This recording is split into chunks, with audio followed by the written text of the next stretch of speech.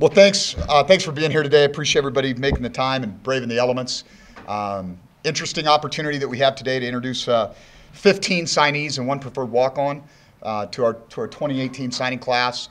It's going to be an interesting process that we're going to go through. I was just kind of looking quickly at some of the numbers from around the league, and I think there's a lot of people that are still kind of operating, hey, we're going to use this as a mid-year junior college signing period. For example, when I was looking at it, the University of Idaho signed 3, and they were all mid-year junior college guys. And so I think it's going to be, everybody's going to have a different take, a different philosophy on exactly how to go about this, and whether they're going to strategize and use kind of the old formula until we get all this figured out.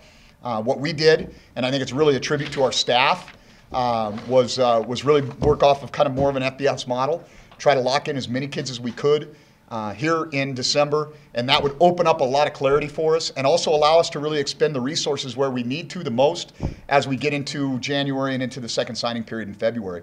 And so with that being said, this recruiting is all about relationships, and I think that our staff did a tremendous job of formulating relationships with a number of high school players throughout the state of Montana and the Northwest, as well as in California. And then I think you'll see those ties and those relationships as we start talking about some of the transfer student athletes that have committed to Montana State and signed today. And I think that's just a testament, again, to the quality of men that we have in this program that are leading our young men every day. Some thank yous that I want to throw out. Jamie Rizzuto, I know she's not here today. Jamie does a ton for us. It always starts, our official visit weekends start every single day that we bring them in on campus. It starts with academics. And we do that by design. She does an awesome job of presenting what the options and the opportunities are for the young men that are coming here on the official visits. She's kind of our contact to the academic advisors across campus, and they do a tremendous job as well. This is truly a team effort. Leon Costello and the administrative staff, many of whom are here today, do a great job of welcoming these kids on campus, and I think that they get the feeling that football is important here at Montana State when they have the opportunity to interact with our athletics director. The Hilton Garden Inn and Coley down there, they're people. It's amazing how welcoming they are to us, and they do an awesome job hosting our young men when they're on these trips. Really, the people of Bozeman, probably one of the biggest pieces of feedback that I get when you debrief with parents in particular is, when you walk downtown, every single storefront has a Go Cats sign in it, and they get the feel that this is truly a college town and an environment that they want their sons to be a part of. It's an awesome, awesome deal. Mike Hope and the Rockin' R people, Bob Fletcher at Burger Bob's. I mean, I could go down the list. Lots and lots of people help us make this happen. And so with all that being said, like I said, it really probably comes down mostly to these relationships. Our staff members that have done an awesome job. 2 people that do a great job in terms of setting up these official visit weekends. One, Brittany Johnson, our operations director, and the second is Cole Moore, Cole is probably the unsung hero in recruiting. I think our staff would all say that to a man. This guy watches a ton of tape, passes some things on to us, and is really very, very good at his job. And he's also a former, excellent former student athlete here at Montana State. So I am going to the format that we're going to use today, I'm going to make some just general comments about the staff, about the signing class. I'm going to turn it over to BJ, and BJ is going to talk about the Montana signees. And then I'm going to turn it over to Coach Pitre, who is our recruiting director, the coordinator, and he's going to talk about the out-of-state signees. We'll circle back. I'll hit on the transfers, the mid-year transfers, and then I'll take some questions. And so, kind of the obvious thing here for me is in this recruiting cycle, this is probably the first time since I've been here that I felt like we were putting a bullseye on some things. My first 2 recruiting cycles here, it was kind of take them all. We'll figure it out. Had a lot of needs, had a lot of places that we had to improve. Now I feel like we're in a spot where we can say, okay, we've got to get better specifically at this position. We can look at data and say, okay, what were our deficiencies on offense, defense, and in the kicking game, and say, okay, this is how we can go about trying to rectify that problem. Obviously, there's going to be work that we do from a schematic standpoint that'll I think improve and coach these kids the right way. But at the end of the day, this is a player's game. And you got to have good players. And so I think that's been we've had some very hard conversations in our staff room that are good. The right kind of conversations when your program's on a solid footing. It's not like I said, it's not just take them all and we'll figure it out later. Now we've got to make calculated decisions about our roster spots. How many guys are we going to be signing? Because that can affect our 85. We haven't had a full 85 since I've been here. We haven't got to a full 104 since I've been here. And so those things I think are in play this year, and I think that'll make our program better, and I think that speaks to the solid footing that it's on. And so Very excited about this group. As I said, we have 15 young men that have signed today, 1 preferred walk-on. The Montana kids, I think are all kids. We recruited these kids for 12 months. This was not a short recruiting cycle. If there's anybody that does a better job of connecting with high school coaches and players around the state of Montana than BJ Robertson, show him to me, please, because we'll hire him too, because I think we've got the best. He's very well respected and well known in the high school community around the state of Montana. This guy writes, I don't know how many notes he writes a week to in-state recruits and those high school players and coaches, but it's pretty impressive. And so the guys that we targeted in the state of Montana, many of them are young men that we offered on signing day a year ago, and they followed through with us. I know I don't want to steal BJ's thunder. He'll talk specifically about that, but we felt like we added value to our roster really in all 3 phases with the in-state kids. Out of state, this is where I think that you'll see, this is where it's going to get a little more challenging, I think, at Montana and Montana State, is because it's whether these kids are going to wait and see or not. That's the group that we're going to be talking about. The Montana kids, I would hope that we're going to be able to identify, get the kids that are fit for Montana State, and get them to jump in this early signing period. The high school kids that are out of state sometimes is going to be different. But one thing that stood out with this group was, come to our camp. Come to our camp and you'll get an offer. If you put up good numbers, if you show yourself out, and a number of these young men did that. Got on our campus early, we developed connections with them, and they stuck with us through the recruiting process. And then lastly, the transfers. That's probably the biggest area where I think we can see some immediate needs being filled, and I'll talk more specifically about that, but I think we did that again in all 3 phases. We've got help on the D-line, we got help at the skill positions on offense, and we got help in the kicking game. And so with all that being said, I will turn it over to Coach Robertson, and he'll talk about these Montana guys. Thanks, Coach. Great. Thanks for coming out. Appreciate Garrett, another one of our unsung heroes, our video staff. They put together great edits for our guys and put this together so you guys can kind of follow along a little bit. We'll have some film. We can talk a little bit more specific on each guy. But overall, just what Coach said, the Montana class, things that stick out to me are these guys are guys that came to our camp. Like Coach said, we identified a long time ago, and they've been with us the whole time.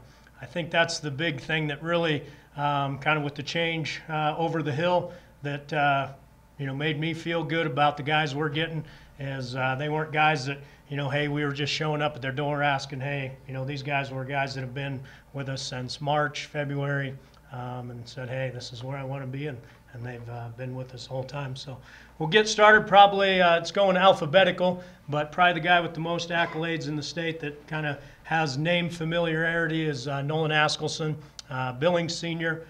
Started both ways on his 2-time state championship team. When recruiting Nolan, probably the biggest thing a year ago was when talking to Coach Murdoch at senior. He said, hey, this is a guy you got to keep your eye on. He's going to be the guy that's going to help push us over the top. He ended up starting in a spot that maybe they didn't necessarily see him at, which was quarterback. Did an outstanding job. Obviously, his baseball background helped him there. Sometimes I gave him a hard time that I swear he threw a couple interceptions just so he could get back on defense and go lay somebody out. So defensive player of the year in the AA. You'll see he's a physical guy, outstanding student. One of the draws, obviously, to Montana State, besides the football program, was the engineering program.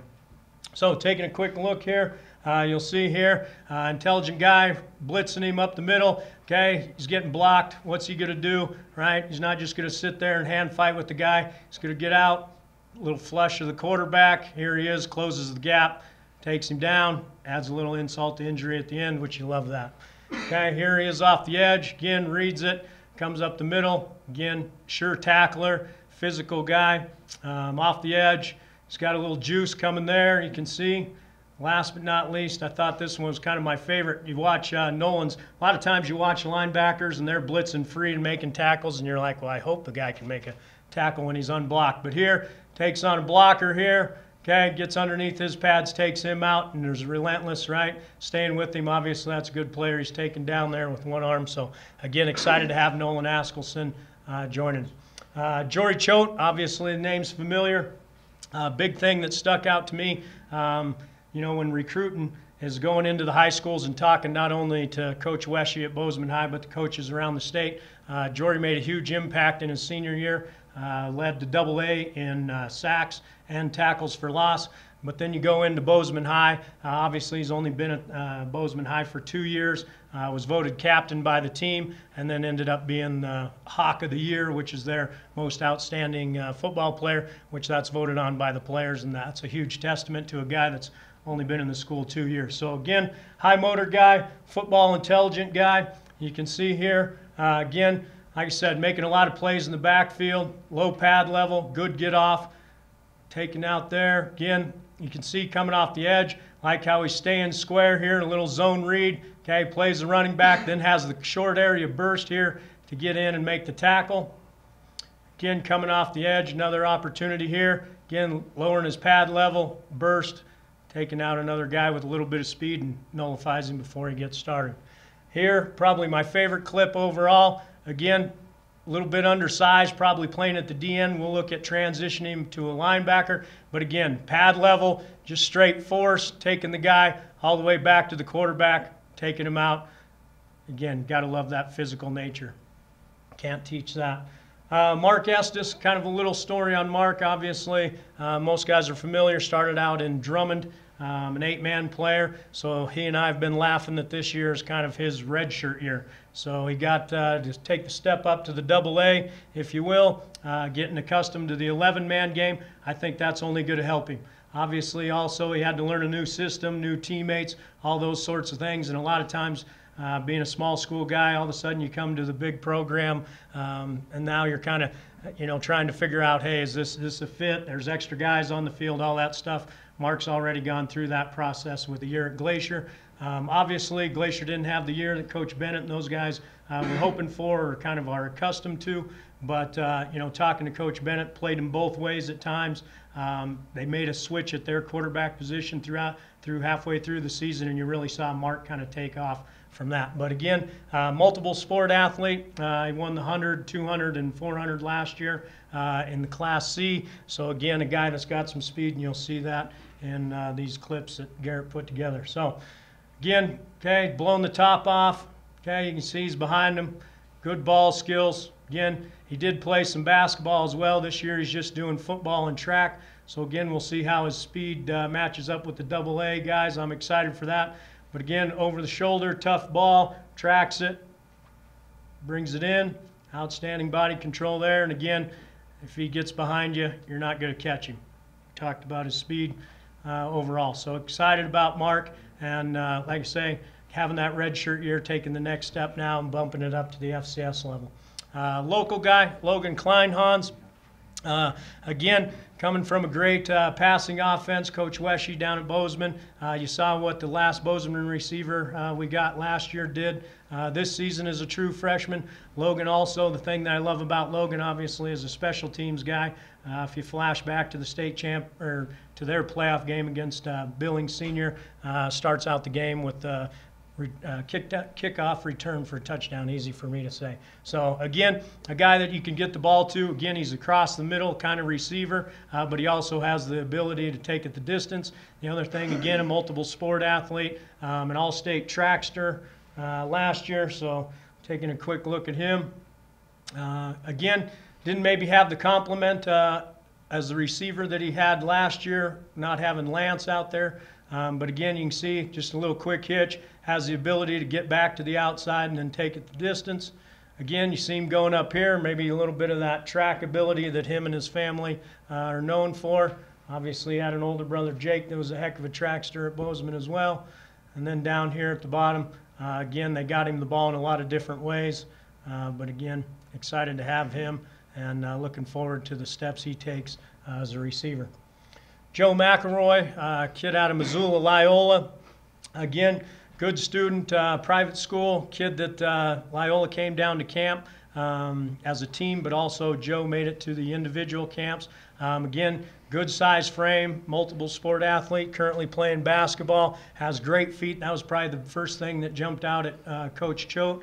He's still young for his class, so we challenged him really in the film. I think you'll see that. But going into his senior year, we wanted to see a more physical play out of him in that regard. So again, we're looking at him to transition. If you see him play basketball, you see he has great soft hands, but also at the point of attack as a tight end, looking to see if he can make that transition. But you can see, again, moving his feet, staying with the guy, getting on him. We'd like to see even put the horns in him at the end there, right? Still got a little more nastiness we can bring out. That's that good private school education, teaching him to be a nice kid. We got to keep getting him to be physical and finish there. I showed up with a mustachio, so the private school's not, they're starting to cut corners up there at Lyle on that. So anyway, the great mustachio here.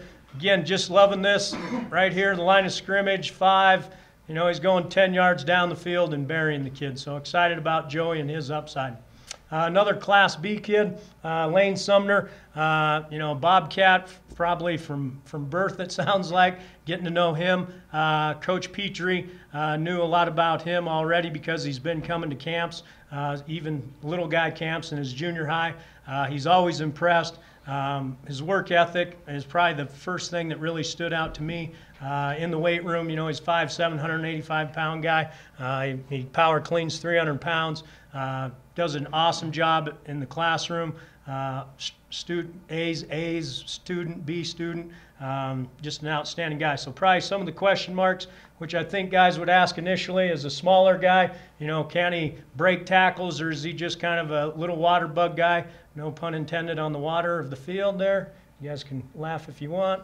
Okay, all right. Jeez, tough crowd here. All right, so you can see good vision, but again, a couple guys getting a hold of him, breaking tackles. Again, low center of gravity, compact guy going high, right? He breaks the tackle. But the other thing, again, multiple sport guy, football, basketball, and track. Won Class B in the 100 last year. The other thing, all right, can you split him out? Yes, he's got hands. Makes a great catch there, makes a guy miss. Now he's got great vision, looking to bring the cut back. And then again, as we talked about, now you see that track speed kick in, a little pitch play. So again, a guy that, you know, a lot of times people think little guy, you can't necessarily run him between the tackles, but he made a lot of hay in between the tackles and then obviously on the outside. Last but not least, in Montana, Caleb Winterburn, again, was a guy that came and really stood out and kind of separated himself at camp.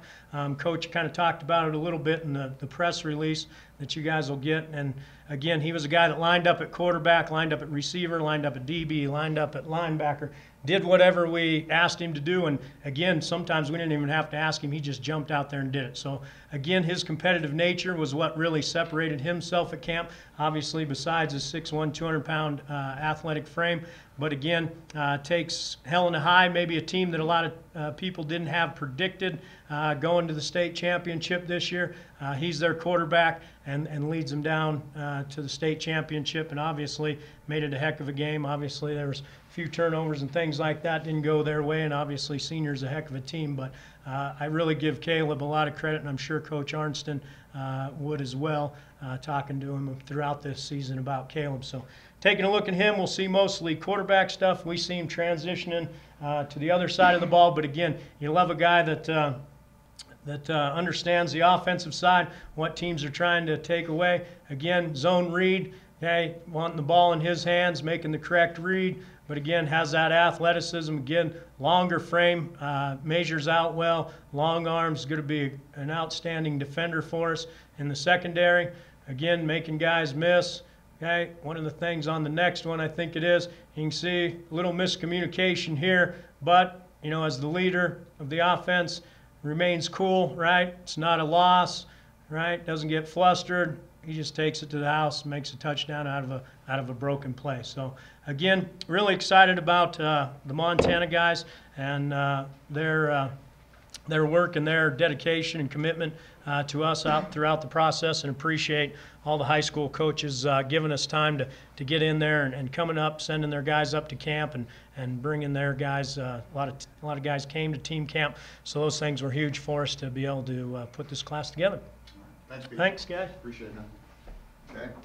So you can see the passion that BJ has for these Montana kids. He does an unbelievable job developing relationships with them, and I think that's one of the reasons why, really, in our first 3 years here, I think we've done an excellent job of getting guys that fit us here at Montana State. It's not just about what the opportunity to play football. It's so you look at a young man like Nolan Haskelson. I mean, a lot of other people wanted his skills as well, but this is a guy that had a 33 math and a 32 composite on his ACT and wanted to be an engineer, and that's why he's coming to Montana State. I look at Lane. Lane, we do this thing called the smokehouse. We don't go out there and time every single kid at camp. We'd be there all day, just doing nothing but looking at 40 times. So we just line them up and say, okay, skill guys go. All right, you 5 guys were in the top. They get in the next heat, and they just keep running and keep running and keep running. The thing I remember about him, when I knew I needed him to be a Bobcat, he beat the guy that ended up as the Gatorade Player of the Year in the state of Montana this year in the smokehouse. And so I was like, okay, let's go. And so I'm not exactly sure what Gatorade is looking at, because how Troy Anderson wasn't the Gatorade Player of the Year a year ago in the state of Montana, I think that needs to be talked about. But that's all right. He was the Big Sky Freshman of the Year. I guess he got his accolades after all, so, and a freshman All-American. But those are the things that stood out a little bit about that group, and a lot of it was at camps. Whether it was Joey and his team coming down here, or Lane coming down and competing in individual competition, or Caleb Winterburn, because on those one-day camps, it's a cattle call, and you've got 350 kids from literally all over the United States. And when a kid from Montana can make us go, that's pretty impressive, and do it repeatedly, we know that we want that guy to be a part of our program, and they're not afraid to compete, and that's a big, big deal for us. And speaking of competition, I'll turn it over to our recruiting coordinator. This gentleman has done a fabulous job of really allowing us to kind of go do our jobs in terms of recruiting. Sets everything up for us to make us be able to just go, hey, we can get on the road, we can dig in, develop relationships with these players, bring back the players that we want to look at. He and Cole sit down and put the pieces together for how we're going to go about the evaluation process. And I think our kind of two-headed monster with BJ handling the in-state recruiting and Michael coordinating the out-of-state recruiting has been excellent for us, and it's a good fit for us right now, and does a great job. So I'll turn it over to Coach Pitre.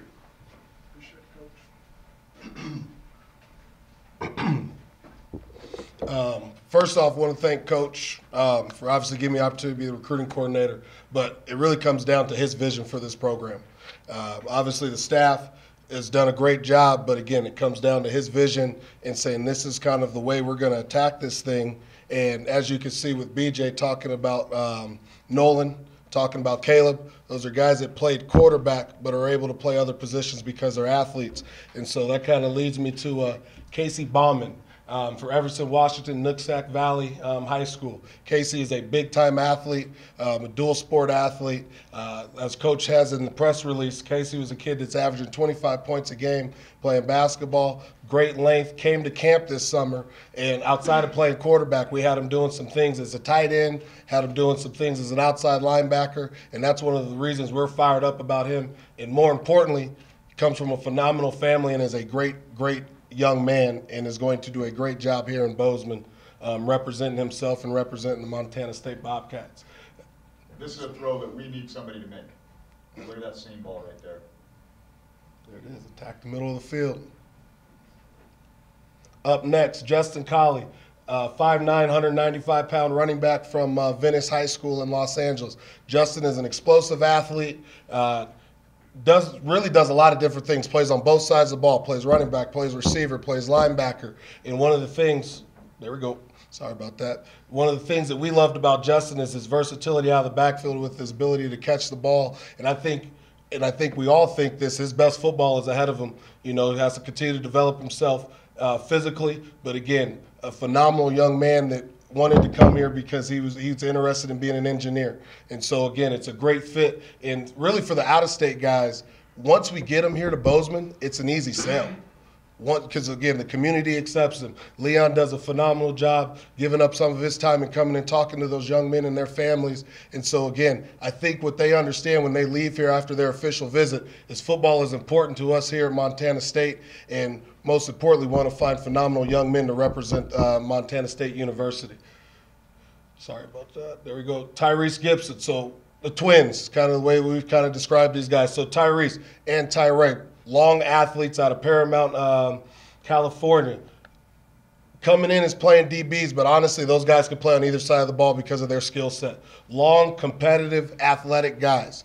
And again, they've been guys that we've been recruiting for about a year and a half, and so they've just continued to learn more information about Montana and Montana State. And when they got up here, they were all in. It seemed like they had already been here for a while, and that was awesome. And again, they come from phenomenal background, phenomenal family, and again, they're ready to come up here and compete. And, you know, the best part about it is we brought all these committed guys up together, and they built the relationship and started building this bond of understanding what we're trying to get done here, which is obviously get their degree, but also make sure that we're competing and playing for championship. So Tyrese here, again, another long athlete. Again, can play on either side of the ball, physical, can run, do a lot of different things, and obviously being able to add some length in the back end is going to be important for us because, again, schematically that's going to allow Coach Ty and the defensive staff to do a lot of different things on the defensive side of the ball.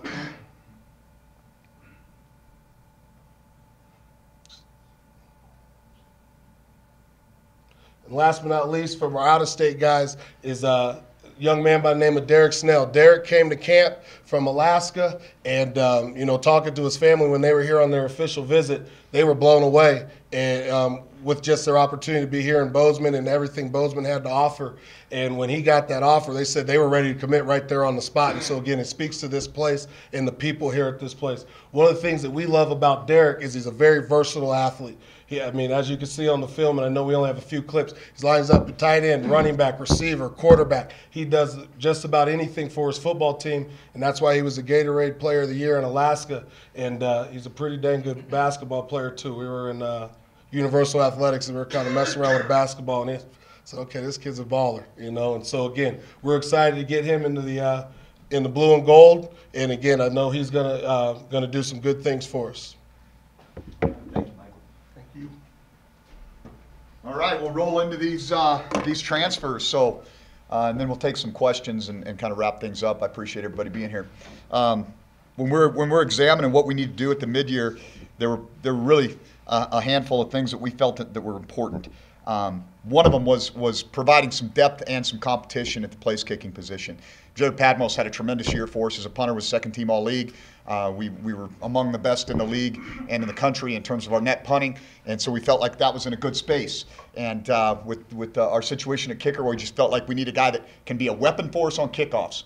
On those times when you got to keep the ball away from a dynamic returner, know a guy can bang the ball out of the back of the end zone, that's something that you really don't think about until you have to have it. And then also, you know, be able to create that competition and that depth at the place kicking position. And so Tristan Bailey's a young man that came from Colorado Springs, Colorado, originally had been at University of Wyoming, and then transferred to Coffeyville Community College. And so great job by BJ and our special teams group to be able to kind of identify this guy, develop that relationship that we're talking about.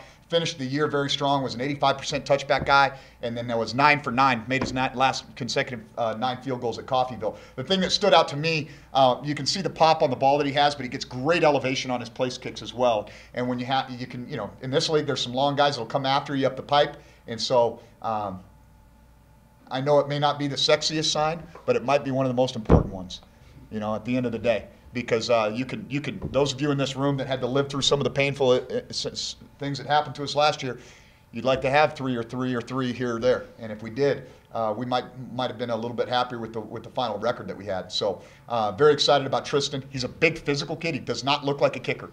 I mean, he walks in the door and you're like, that guy can play linebacker. And those are the kind of guys I liked at the kicking position, the guys that are truly athletes.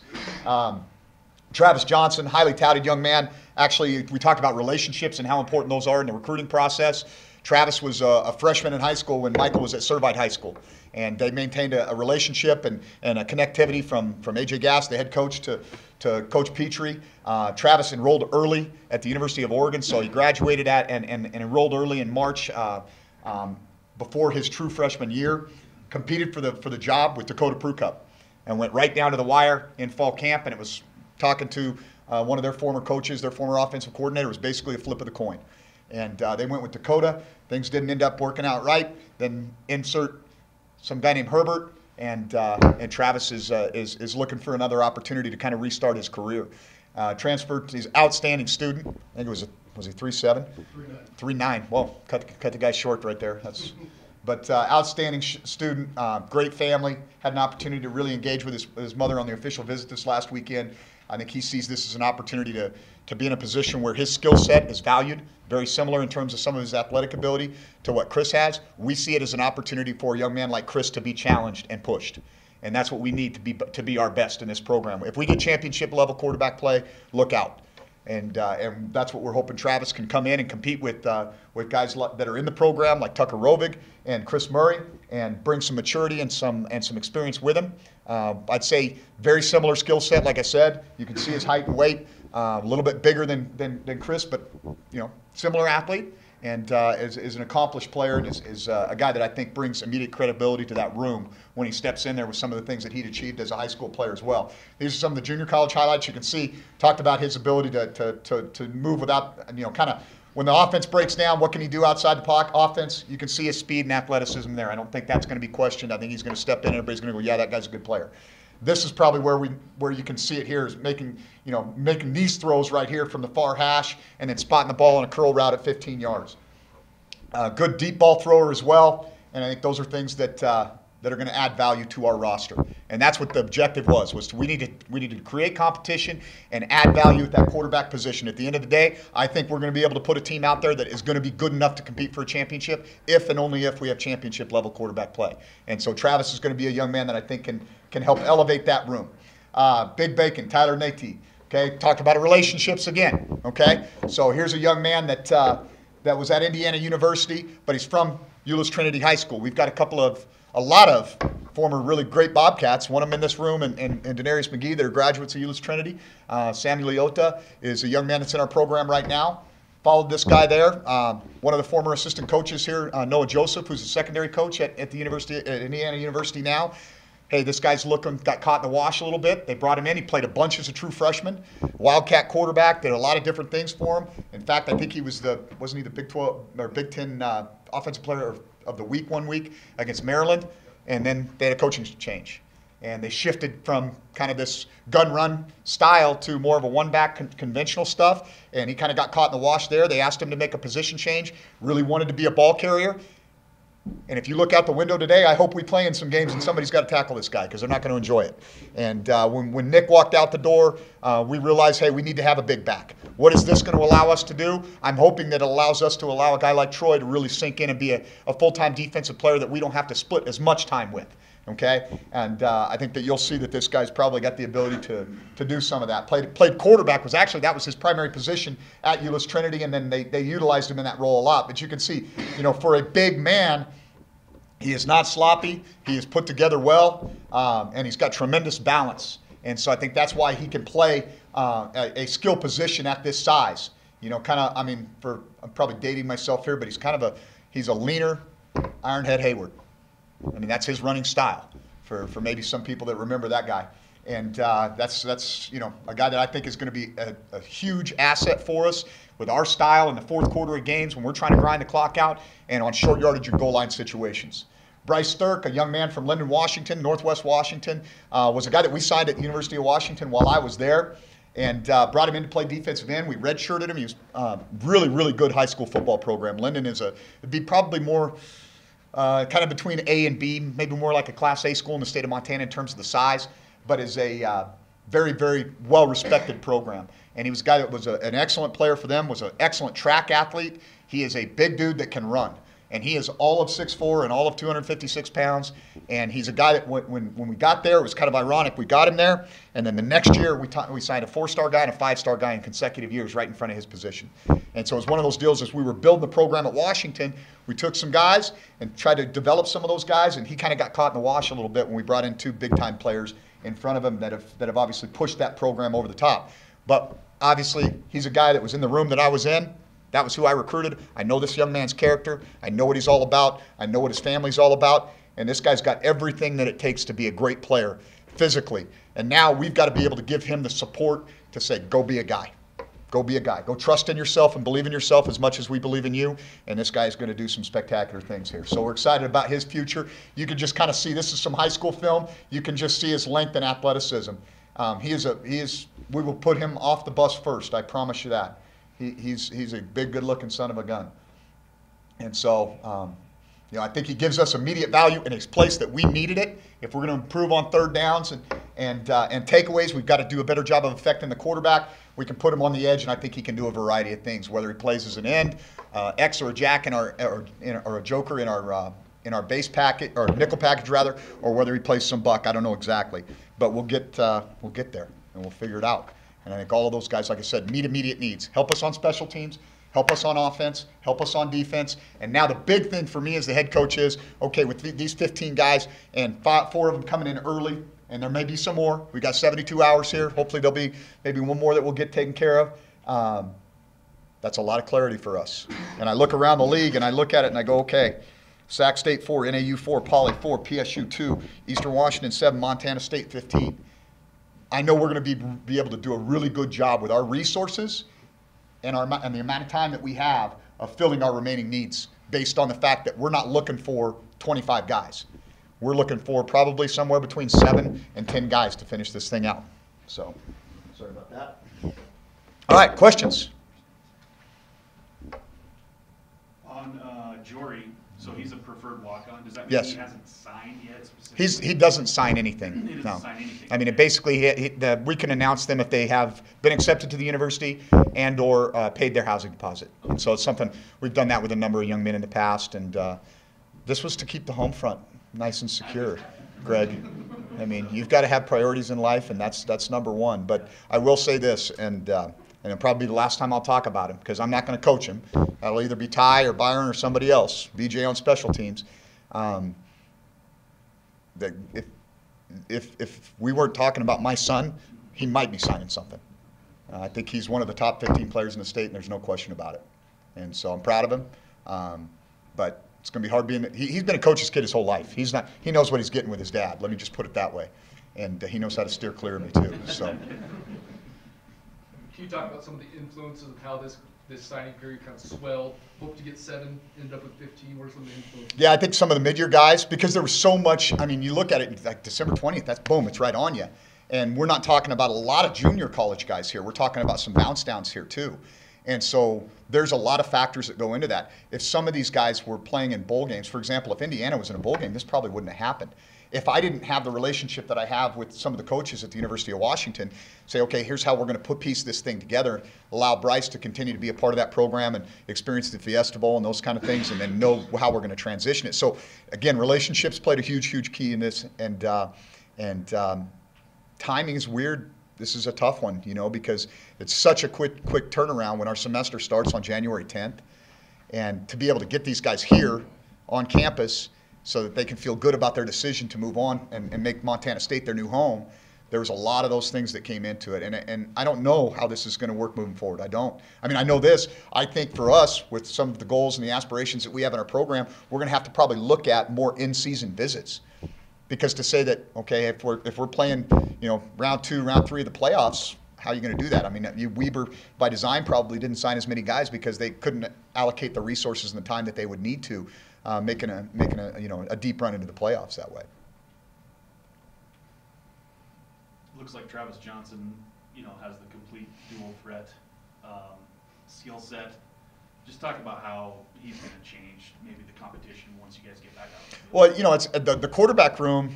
There's been a couple of rooms that we've looked at, and it's really been hard for us to kind of fix them, And one of them is quarterback. When we got here, Dakota was the incumbent starter. Dakota made a choice to move to another university. We had a young man that we brought in that got beat out, and so he moves on and graduates and moves on. And then we had a guy that was a freshman in that previous class, didn't really fit what we were going to do. He moves on. So you've kind of got bang, bang, bang. You got a little problem there, right? And that's not a good place to have a problem. So really, Chris has become the starter here almost by default.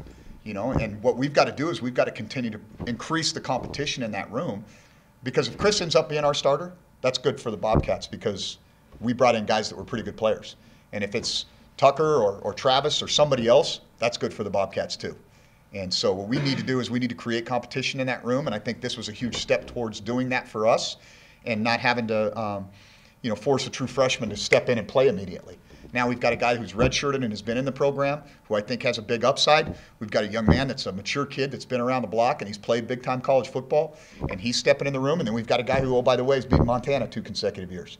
And so I think those are important things. Talk about the time crunch. What is the strategy, and how are you able to bat such a high percentage with the 2 weeks that you brought guys on visits this recently? Well, I'll tell you this. I think if we get families up here, it's a home run. I think that the reality of Bozeman, Montana, just so much further. It goes so past what the perception is that it's almost, I mean, from the time they step off the plane and realize, wow, this is a nice airport, and we can get places from here, and as welcoming as our staff and our community is, Bozeman, Montana is an awesome place. It really is. And it's a hidden gem in a lot of ways, because if you're from Southern California or you're from Texas, you may not know this is what this place is. And I think that if we get parents up here with these kids and they realize this is a safe place, this is a community where my son can thrive, there's great support around him, that's a huge positive for us. And not unlike, I think Boise was kind of like that too. It's like Boise, Idaho, Bozeman, Montana, these little, in their mind, these little podunk places, and they think, heck, they think people are going to be driving cattle down Main Street here when they get here. And that's not it. They go, okay, this is a resort town with a major university in it. That's a pretty awesome combination. And there's some great people here, and the direction of the program. And so, I mean, I'll be honest with you, I tip the hat to my wife. We have these families up at our place every Friday night, and by the time they leave, I don't think they even care about me. They just want to hang out with her, and the moms get along and they develop a connection, and I think that family feel goes a long ways, because I think it's real. When you look at the guys that played at the FBS level and now transferring here, how do those guys elevate the program? Well, let me say this. I'll tell you exactly what I told them. The guys that in my short time here, the guys that have been successful in making that step are not the guys that come in pounding their chest and talking about, well, hey, I played at XYZ. Look at me. They're the guys that are hungry and humble. They're excited for their opportunity to really be the every down guy that they thought they were going to be when they went to whatever university that might have been. And so I think the correct mindset is what's important for these guys to say, there's dadgum good players everywhere you go. And I think a lot of those guys realize that. They come in thinking, hey, I'm going to the Big Sky. Well, guess what? Cooper Kupp was a pretty good player. Oh, by the way, Carson Wentz was a pretty good player. And so they walk in here and they realize there's good talent, and they have to have the correct mindset, that of being a competitor and a great teammate. And if they embrace those two things, they're going to have an awesome career, no matter how it works out for them on the field, because they're here for the right reasons, for the experience, the educational opportunity, to be a part of this great program. With what you're trying to build here, mentality-wise, I think 8 of the last 10 Montana Defensive Players of the Year are committed to Montana State, 2 in a row. So how important is that to get the Montana AA Defensive Player of the Year? Yeah, well, I think that I'd like to think that we could do that every year, but I know that's gonna be a tall order. This is an interesting state, as you know. I mean, I think at the end of the day, there are going to be some families that you're not going to overcome that connection or that loyalty to one side or the other, so to speak. And maybe there's some of that has played into it for us. Keaton's family was a Montana State family. And so, Nolan, I think, was a great fit for us. But I do think that, our objective every year is to get the best players that we can get out of the state of Montana first and foremost, and then look elsewhere. I mean, the bottom line is this, and I've said this over and over and over again, our heart and soul will come from the state of Montana. We may have to go get some arms and legs somewhere else, but our heart and soul will come from the state of Montana. This group was bigger than maybe your first estimate was earlier in the month. How did that change as the process kind of... Yeah, I think it was some of these bounce down guys. That we maybe didn't know were going to be available, and they were getting done with their semesters, and they were going in and having conversations with their coaches about what the next step for them might be. And all of a sudden, it's like boom, boom, boom. You're going, oh, okay, we got, because really the high school stuff was it's kind of what we thought it was going to be. But where this mid-year signing period probably changed the most was with the bounce downs, and then Travis, the one junior college guy. But he's more of a bounce down because he's only there for a semester. So. In the state and even across the hill, maybe some guys that didn't sign, how would you evaluate Montana recruits this year, this signing? It's a loaded question, Brooks. I would say this, there's like any state, you're going to have years where it's excellent, and then you're going to have years where it's kind of in the middle. And I don't know that Montana's going to bottom out. I don't know what the number is yet. I haven't been here long enough. But I'd say on an average year, you're going to have maybe 7 to 10 real live FCS players. And on a great year, you're going to have 12 to 15 for a state, with just around 1 million people. That's probably about right. And then, once every 5 years, you're going to get a guy like a Will Dissly or a Matt Miller, or I would throw Troy Anderson into that. I think he's that type of talent. And I think that's just kind of how the cycle works, and it's just how you hit it. And but I'll say this, you never know which one of these young men is going to be the next guy, the next Caleb Schreibeis or the next Chad Newell, because obviously there's a long and rich tradition of young men on both sides of the hill that have walked in, and whether they were walk-ons or they were low partials or they were just begging for an opportunity to play between the white lines, that you just can't count them out. And so we know that's got to be, like I said, that's got to be a big part of the glue of our program. With Drury, what were maybe some of those conversations like? Well, I don't know that. I mean, for me, I mean, I'm a pretty honest guy. I like, here's where I think you're at. Like, I've done this for a while. Let me evaluate you. And he knows that, so I'll go, hey, this is the deal. This is where I think you can play. And he had other opportunities, some other places. But I know the conversation was, do you want to play at the highest level that you can possibly play at? Or do you want to have it, what is the experience you're looking for? Okay. I want to test myself and play at the highest level. Okay. Let's go. And so he's going to be okay. He's going to be okay. Coach Ty will make sure of that. So what is it going to look like now from here until February 7th? Well, it goes dead until the Yeah. 9th or the 11th, I guess it is. Yeah. And so, and then I think there's another sprint. Okay. Maybe we've got to do a great job as we get in here after the first of the year and really kind of formulate a very detailed list of our remaining needs.